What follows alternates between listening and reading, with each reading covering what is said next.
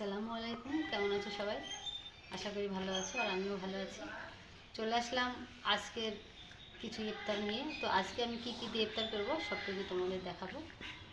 তো চলো এক নজর দেখিয়ে দিই। চলো,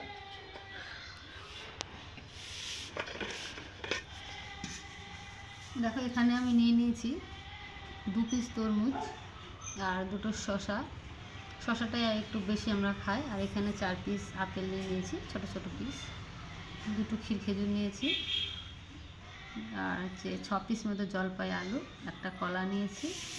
আর এখানে কটা চেরি নিয়েছি, 2টো লেবুর পিস নিয়েছি, 3টে কালো আঙুর আর সাদা আঙুর, 2 রকম আঙুর নিয়েছি।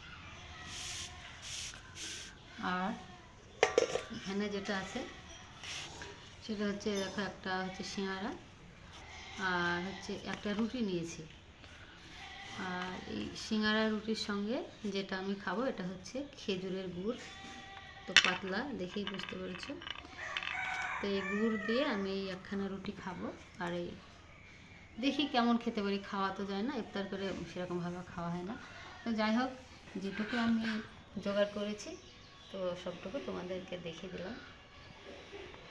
তো তো আজকে হলো 3টে রোজা। তো দেখো বন্ধুরা, দেখতে দেখতে কিন্তু 3টে রোজা হয়ে গেল। কারণ আনন্দের দিনগুলো খুব তাড়াতাড়ি চলে যায়। তো এই 27টা রোজাও সেই তাড়াতাড়ি চলে যাবে, আবার সেই বছরের অপেক্ষা। তো আমরা 1 বছর অপেক্ষা করে থাকি কবে আসবে এই রমজান মাস। তো এই রমজান মাসে সবাই এনজয় করো।